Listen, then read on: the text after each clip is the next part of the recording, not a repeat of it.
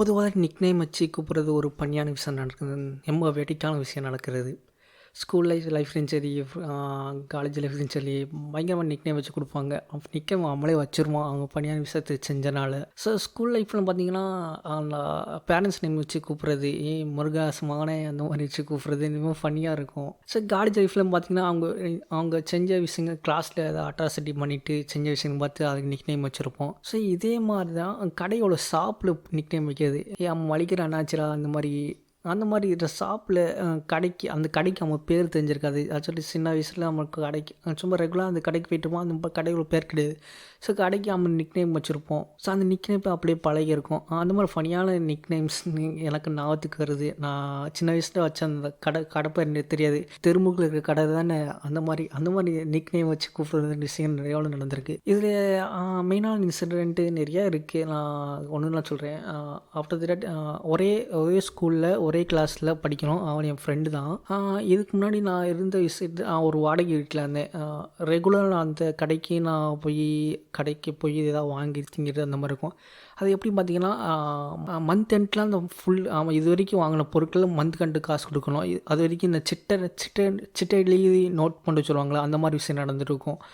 So எனக்கு ரெகுலராக அந்த நேம் தெரியாது, அந்த கடை நேம் தெரியாது. பட் ரெகுலராக போய் வாங்கிட்டு இருப்பேன். என் கூட இருக்கிற ஃப்ரெண்டு சொல்கிறான், உன்னை பார்த்தேனே, ஆக்சுவலி என்னை பார்த்துருக்கான் போல், எங்கேருந்து ரோட்லேருந்து பார்த்துருக்கான் போல். ரெகுலர் நான் ஆக்சுவலாக அவனும் பார்க்கல, அவன் வந்து என்னை பார்த்துருக்கான்.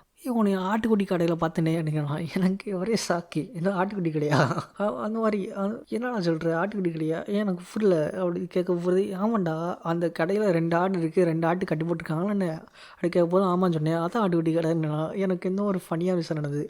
ஸோ அந்த மாதிரி ஃபன்ஸான இன்சிடென்ட்டு.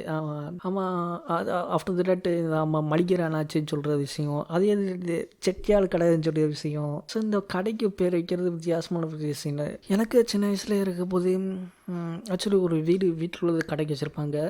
சின்ன வயசில் எனக்கு அந்த கடை தெரியாது.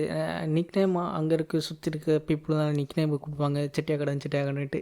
எனக்கு கடைசி வரைக்கும் அந்த கடை போர்டு போட்டிருக்கோம். பட் எனக்கு தெரியாது கடையில் என்ன இருக்குன்ட்டு. லேட்டாக போட்டு தான் புரிஞ்சேன் அது கடை நேம் என்னன்ட்டு. அது சின்ன வயசுல எப்படி அந்த லைன் மூவியில் பார்த்துருப்பீங்கன்னா, கடைசி வரைக்கும் அவன் நேம் ப்ரொனவுன்ஸ் பண்ண தெரியாது. சாகுன்னு சொல்லிட்டு இருப்பான். கடைசியில் அந்த எண்டிங் கார்டு போல போது அவன் பேர் சாகு இல்லை, ஸ்ராருன்னு சொல்லியிருக்கேன். ஒரு எண்டிங் கார்டு போட்டு நிற்பாங்க.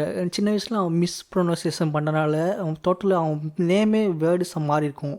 ஸோ அந்த மாதிரி தான் நான் சின்ன வயசில் மிஸ் ப்ரொனவுன்ஸ் பண்ணனால டோட்டலாக அந்த கடையோட பேருக்கும் இப்போ நம்ம கடைக்கு அந்த பேருக்கு வாசிக்க போய் டோட்டலாக மிஸ் ப்ரொனவுன்சன் ஆகிருக்கும். அந்த மாதிரி ரீசன் லைஃப்பில் நிறையா நடந்திருக்கு.